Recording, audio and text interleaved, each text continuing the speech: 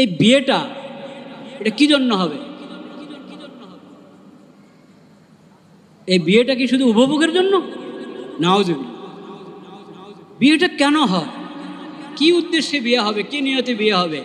আমরা শিখিয়েছি এই নতুন যে বিয়ে করছে ছেলে আর যে মেয়ের সঙ্গে তার বিয়ে হচ্ছে তাকে কয়জনে শিখে? বিয়ের পরে একজন স্বামী হিসাবে একজন স্ত্রী হিসাবে কার উপরে কি হক আসে কয়জনে শিখাই আমরা? একজনকে জিজ্ঞেস করা হয়েছিল যে শুনলাম তোমার বিয়ে, কেমন প্রস্তুতি নিয়েছ? তার শিক্ষক তাকে জিজ্ঞেস করল, বলছে যে মোটামুটি বাজার সাজার হয়ে গেছে, মোটামুটি বাজার সাজার হয়ে গেছে, অল্প কিছু বাকি আছে। তো এটা হলো বিয়ের প্রস্তুতি। মাথায় আসে নাই যে বিয়ের বড় প্রস্তুতি হলো যে আমি প্রথমে এখন স্বামী হচ্ছি, তাহলে আদর্শ স্বামী কাকে বলে? স্বামীর প্রতি ইসলামের কি বিধান? স্ত্রীর প্রতি ইসলামের কি বিধান? কয়দিন পরে আমি বাপ হব, আমার স্ত্রী মা হবে। আদর্শ বাপকে, আদর্শ মাকে। বিয়ের সঙ্গে সঙ্গে আমি একজন সংসারওয়ালা হচ্ছি। সংসারের ব্যাপারে পুরুষের কি দায়িত্ব, স্ত্রীর কি দায়িত্ব, এটা ফরজ এলেমের অংশ। এটা ফরজ এলেমের অংশ। আচ্ছা, এরপরে মনোমালিন্য তো হতেই পারে দুজনের জিন্দিগিতে, বরং খালি দুজন তো না, দুটা পরিবার, মনোমালিন্য হতেই পারে।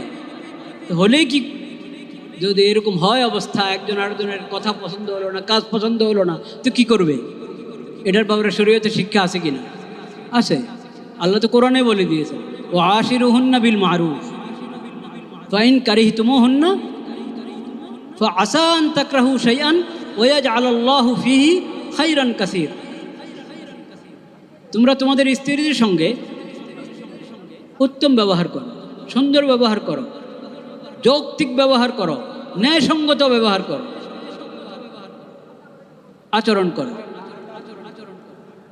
ফাইন কারিহতুমুহুন্না, ফাইন কারিহতুমুহুন্না, বিয়ে তো হয়ে গেছে কিন্তু এখন তোমার কাছে ভালো লাগছে না, মেয়েটা ভালো লাগছে না, এই কথা বলে না। মেয়ের কোনো একটা বিষয় ভালো লাগে না, মেয়ের কোনো একটা বিষয় তোমার ভালো লাগছে না, এই কথা এভাবে বলা হয় নাই। আয়াতে বলেছেন ফাইন কারিহতুমুহুন্না, ওই স্ত্রী ভালোই লাগছে না, তোমার পছন্দ হলো না, মেয়েটাই পছন্দ হলো না তোমার। আল্লাহ কি বলেন? ফাইন কারিহতুমুহুন্না ফাআসা আন তাকরাহু শাইআন ওয়া ইয়াজআলাল্লাহু ফীহি খায়রান কাসীর। আরে তোমার যদি অপছন্দ হয়েও থাকে, ভালো লাগছে না, মনে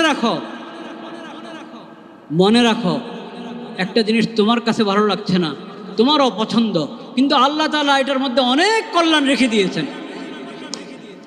কাজে তোমার অপছন্দের দিকে তুমি তাকায়ও না, তুমি এটা চিন্তা করো যে এটার মধ্যেই আল্লাহ কল্যাণ রেখেছেন আমার জন্য। কাজেই তুমি তার সঙ্গে তুমি ভালো ব্যবহার করো, সুন্দর ব্যবহার করো। এই কথাটা আমি মহিলাদেরকে শিখিয়েছি, আমি ছেলেদেরকে শিখিয়েছি। এখন বিয়ে করে আনালাম, ছেলেকে এটা শিখালাম না, মেয়ের সাথে খারাপ ব্যবহার হচ্ছে, হয়তো ছেলের পক্ষ থেকে না ছেলের মার পক্ষ থেকে, শাশুড়ির পক্ষ থেকে খারাপ ব্যবহার হচ্ছে। কারণ সাধারণ নিয়ম আমাদের এই দেশের, এই উপমহাদেশের, বিশেষ করে এই দেশের, যে শাশুড়িরা নিজের বউ হওয়ার কথা ভুলে দেয়। এটা থেকে খুব কম শাশুড়ি আপনি পাবেন যে যিনি প্রথমে বউ হয়ে এসেছিলেন এই বাড়িতে, ওই কথা ওনার মনে আছে, এরকম পাওয়া মুশকিল আছে। যখনই শাশুড়ি হয় তখন উনি শাশুড়ি হয়ে থাকেন, বাস। ও ছেলের বউকে আর মেয়ে হিসেবে গ্রহণ করতে পারে না। খালি তাদের স্বভাবের দোষ, সব কিছু আমাদের দোষ, আমরা তো শিখাই নাই। এই যে কথাটা ফাইন কারিহতুমুহুন্না, এটা দোনো দিক থেকে।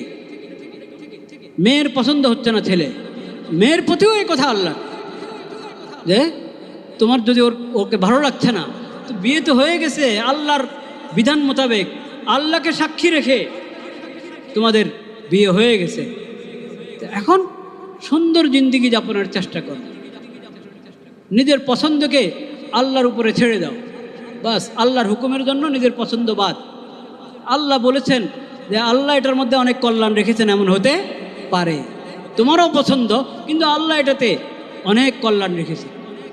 কাজে ওইদিকে তাকিয়ে আল্লাহকে রাজি খুশি করার জন্য সাধারণ সংসার করে যাও, খোঁচাখুচি করো না, একজন অপরের হক নষ্ট করো না।